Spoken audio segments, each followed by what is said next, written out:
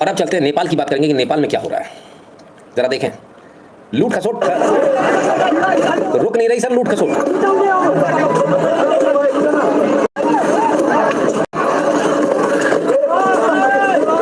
हाय हाय, कितनी जल्दी।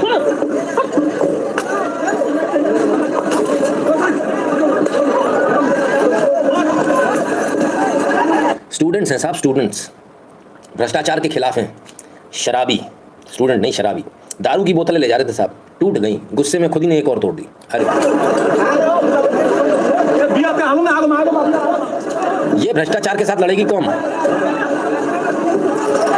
भ्रष्टाचार के खिलाफ इन्होंने तख्ता पलट किया। Can you believe it? These are bloody looters, looters of the nation.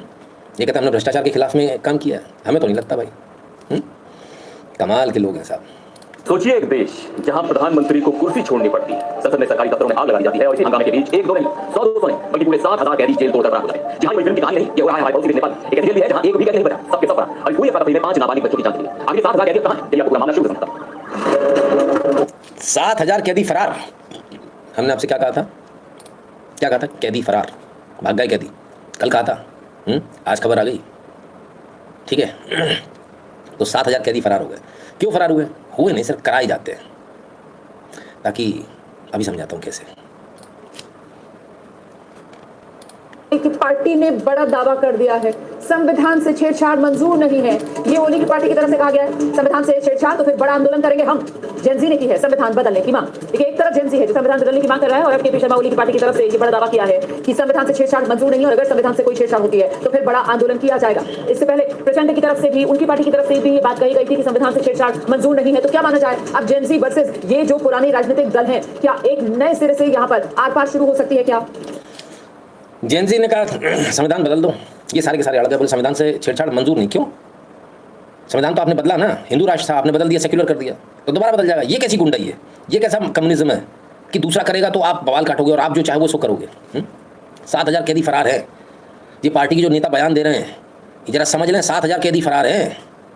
उन्हें रोटी बेलने के लिए, लल्ला पुच्ची करने के लिए फरार नहीं कराया गया, उन्हें इसीलिए फरार कराया है जिन लोगों ने कराया, हमने नहीं कराया। अमेरिका का कांड है पूरा कि तुम बोले और तुम गए। ट्रंप को समझाना, एकदम कान पे पप्पी लेके ऐसे निकली थी गोली। ट्रंप उसके बाद एकदम सीधे हो गया, डीप स्टेट को यशर। तो तुम किस खेती में मूली हो? तुम्हें तो लाश भी नहीं मिलेगी बे, तुम तो नेपाल हो जरा सा, तुम्हारे आदमी से तुमको मरवाएंगे वो, इसलिए तो फरारी कराइए, और नहीं तो क्या। तुम्हें क्या लगा वो तम्मा लोगों पे डांस करने के लिए फरारी कराइए 7,000 लोगों की? है कमाल है ना। घूंघट डाल के सारे डांस करेंगे, लंबा लंबा घूंघट काहे को डाला? क्या जेल तोड़ाया तू मेरे लाला? है कमाल है साहब, गजब है। तो भाई जरा समझ लेना, बताना मेरा काम है। अभी तो बहुत कुछ होना है नेपाल में। अभी तो नेपाल तो एक ग्राउंड बन गया है, ब्रीडिंग ग्राउंड। आइए, कौन बनेगा सत्ताधीश? जेनजी बताएंगे। ओ शाफी होम जेनजी है, जेनजी बताएगा कि कौन अगला प्रधानमंत्री होगा। फिलहाल जेनजी वर्सेस जेनजी। ओ भाई साहब, ओ भाई साहब, सिर फोड़ दिता सी, कूट दिता सी, मार दिता सी, कट दिता सी, फट दिता सी। अरे साहब,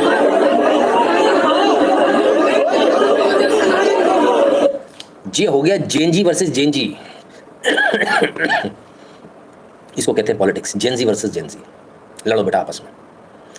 अब ये लड़ाई किस बात में हो रही है? मैडम सब जेनजी हैं सर, सब एक साथ मिलकर लड़े थे सत्ता परिवर्तन। अब जो लड़ाई हो रही है कि अगला प्रधानमंत्री कौन होगा, इस पर लड़ाई हो रही है। दे दनादन आपस में फूट पड़ी है, ले दनादन लात जूते चल रहे हैं। काश इतना आसान होता, ये बच्चों को कौन समझाए। काश इतनी राजनीति इतनी आसान होती तो नितिन शुक्ला MP बन के बैठा होता। ये जो नेता जो संभालते हैं ना, ये हर किसी की बस की बात नहीं संभालना, पॉसिबल नहीं है। आइए, करा कौन रहा जरा ये भी देख ले।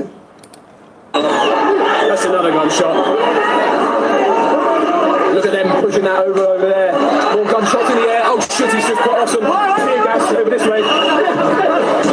Bollocks.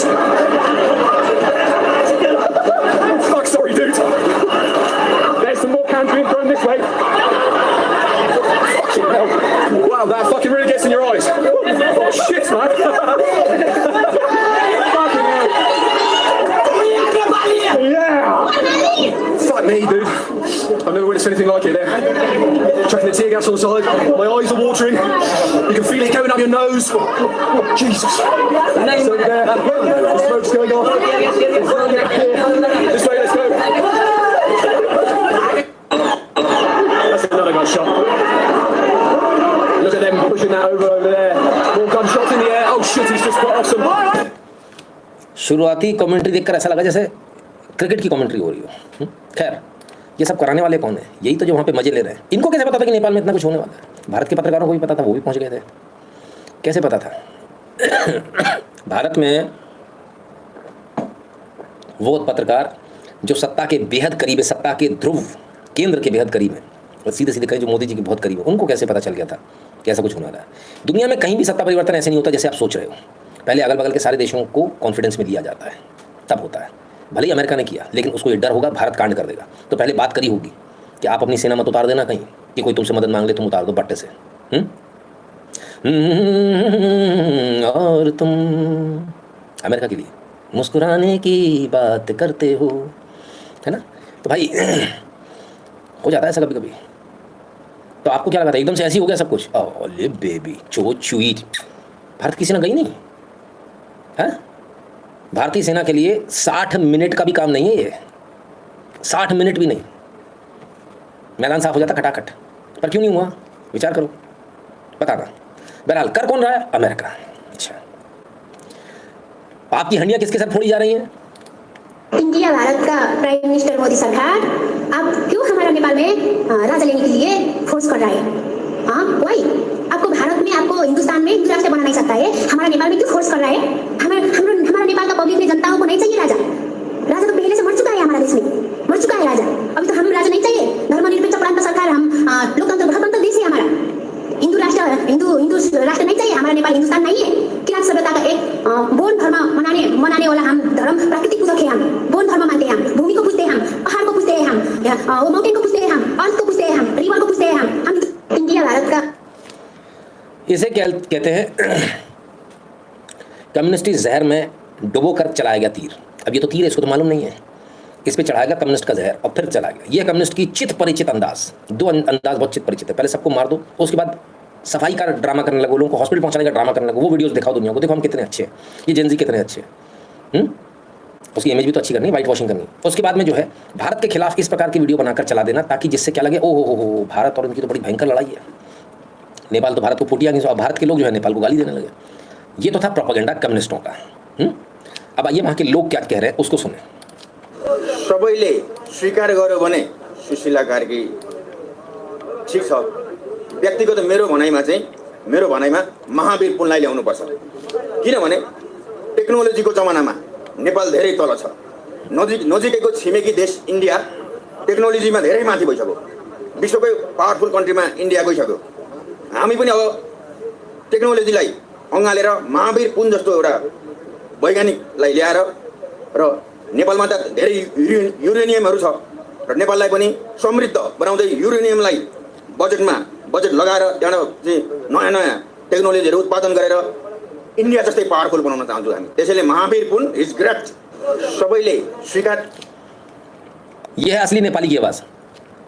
कहते हैं भारत से हमें सीखना चाहिए, हमें भारत के फुटप्रिंट पर चलना, भारत के कदमों पर चलना। हमें जैसा भारत दुनिया का सबसे पावरफुल देश बन गया है, ऐसा ही हमको भारत जैसा बनना है। भारत हमारा पड़ोसी, हमको भारत से सीखना चाहिए, हमारा बड़ा भाई है। ये नेपाल के असली नेपाली की आवाज़ है। वो जो थी ना, वो फर्जी थी, कम्युनिस्ट प्रोपेगेंडा था। ये कोई आज का चला हुआ प्रोपेगेंडा नहीं है। आप सबको थोड़ा पीछे ले जाना पड़ेगा, राजीव गांधी के समय पर ले जाना पड़ेगा। 1988 में राजीव गांधी जी जब गए थे नेपाल अपनी धर्मपत्नी सोनिया गांधी के साथ, एंटोनियो मानियो कुछ लोग नाम बोलते हैं उनका, तो उनको पशुपतिनाथ मंदिर में एंट्री नहीं मिली थी। बोले नॉन हिंदूज को एंट्री नहीं मिलेगी, नियम है मंदिर का। उन्होंने वहाँ से राजा को फ़ोन लगाया, बोले ऐसा ऐसा हो रहा है, इनको बोलिए।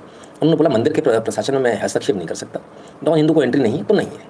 इनको लगा कि हमारा अपमान हो गया, और सम्मान का बदला लेने के लिए जैसे ही भारत आए, तो उसके बाद में कुछ 1-2 साल बाद जो है भारत नेपाल की जो व्यापार संधि थी वो खत्म हो गई।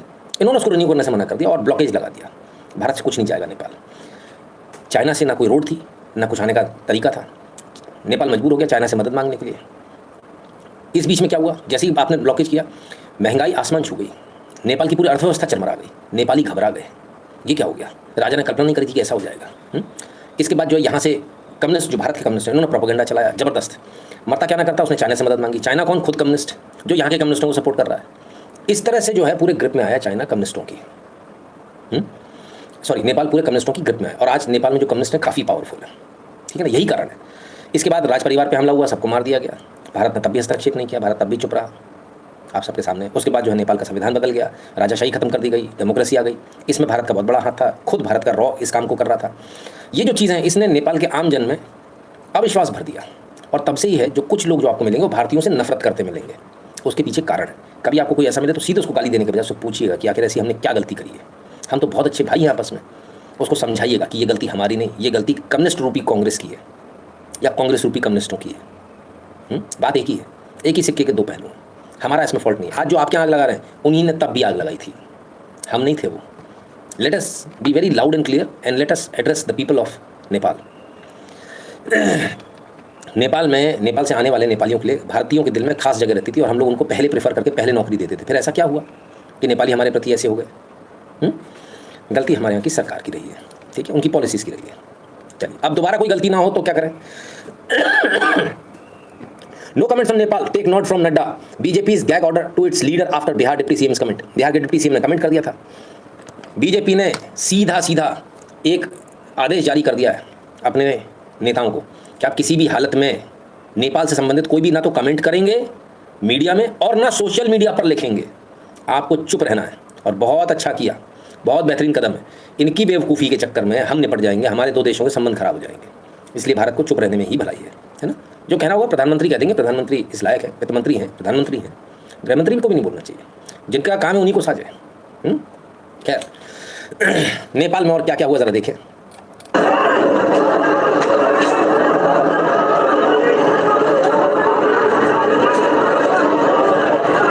साहब मंत्री जी है, मंत्री जी।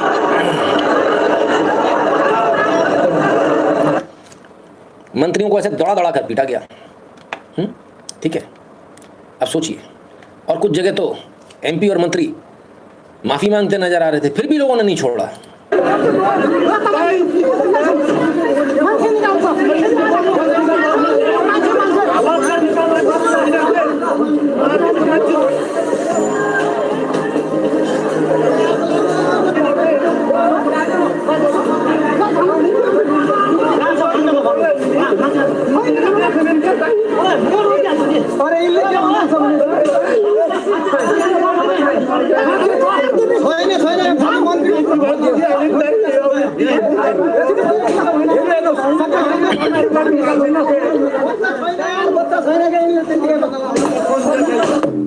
महज कुछ हजार लोगों ने ये कांड कर दिया, महज कुछ हजार लोगों। सोचिए, यदि कल भारत में हो जाए तो भारत के मंत्री भी ऐसे ही हाथ जोड़ रहे होंगे, ऐसे ही हाथ पैर जोड़ रहे होंगे।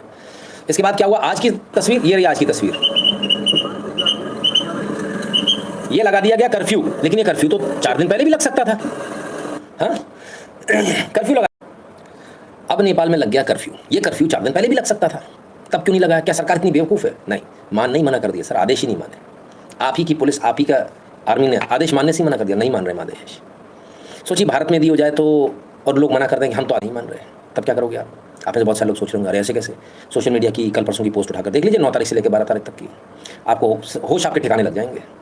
भर भर के लिखा, अरे भारत के युवाओं तुम कब जागोगे, लानत है भारत के युवाओं पर, अब तक कुछ नहीं किया। भारत के युवा जो तैयारी कर रहे हैं IITs की, भारत के युवा जो ड्रोन्स बना रहे हैं, भारत के युवा जो ब्रह्मोस बना रहे हैं, उनके पार्ट्स बना रहे हैं, भारत के युवा जो दुनिया भर की कोडिंग कर रहे हैं, नासा चला रहे हैं, उनसे कहा जा रहा है कि आप तुम ये सब छोड़ दो, अब तो भारत में क्रांति आनी, यहाँ आओ, यहाँ ऐसी की तैसी कर दो, इनको मारो। हाँ, ऐसा हुआ या नहीं हुआ? बताइए आप। सोचिए, अभी तो 11 साल हुए तब ये हालत है। अभी तो बहुत आगे जाना है। कैसे करोगे आप? कैसे लड़ोगे? भारत में यदि हो जाता है तो ये तो त्राहिमाम करते भागेंगे, हाथ जोड़ जोड़ के भागेंगे। अच्छा, ये तो हेलीकॉप्टर से उड़ भी जाएंगे। तेरा क्या होगा कालिया, वो तो फिर भी निकल जाएंगे। फंसेगा कौन? आम जनता। जैसे बांग्लादेश में फंसे, पेटी पिट रहे हैं, अभी तक घर जल रहे हैं, लूटपाट हो रही है, महिलाओं के साथ बलात्कार हो रहा है, अभी तक हो रहा है। आपके साथ भी ऐसी होगा, नेपाल में भी ऐसी हो रहा है, अफगानिस्तान में भी ऐसी हो, सब जगह ऐसी हुआ था। तो तेरा क्या होगा कालिया? हाँ, मतलब मैं तेरा क्या होगा कालिया जब बोल रहा हूँ तो मोबाइल में तो मुझे अपनी शक्ल दिख रही है ना भाई मेरे। आप इतनी टेंशन मत लो कि मैं आपसे बोल रहा हूँ, तो मेरी शक्ल मुझे दिख रही है, मैं तो अपने आप से बोल रहा हूँ। आगे चले उससे पहले आपको याद दिला दें, www.nitinshukla.in पर आपको जाना, वहाँ आपको QR कोड मिलेगा, उसे स्कैन कीजिएगा। फोकट में देखने का नहीं है। हाँ, हाँ, इधर कोई क्लेम रिजेक्ट नहीं होता, इधर सारे क्लेम लिए जाते हैं, लेकिन पैसा पहले भरने का है, प्रीमियम भरने का है। अब वो गोल्ड प्लेटिनम वाला भर लेना, देख लेना, दिए हुए सारे यूट्यूब पर, वहाँ मत भरना, इधर भर देना। साथ में नाम और नंबर अपना आवश्यक रूप से भेजिएगा। ये तमाम सारे सोशल मीडिया के प्रोफाइल में फॉलो कर लीजिएगा, टेलीग्राम और व्हाट्सएप के चैनल को ध्यान से ज्वाइन कर लीजिएगा। भारत के बाहर पेटीएम और पेपाल वाला बटन दबाकर अपना पेमेंट करने का कष्ट करें। जब मैं बोलता हूँ ना, ये सोशल मीडिया के सारे प्रोफाइल को फॉलो कर लीजिएगा। लोगों के दिल में बड़ा कष्ट, तो जैसे ही कहता हूँ फॉलो कर लेना, लोगों के दिल में बड़ा कष्ट होता है। पर एक बात बताओ, जब फंस जाओगे कभी, तो टैग किस मुँह से करोगे? फॉलो नहीं करोगे तो कहाँ टैग करोगे? फॉलो ही नहीं करते हो तो टैग ही नहीं होगा, दिखेगा ही नहीं हमको। इसलिए हमने कहा हमेशा सबसे जुड़े रहिए, एक दूसरे से जुड़े रहिए, एक दूसरे के हैंड होल्ड करते रहिए। क्लियर है? चलिए।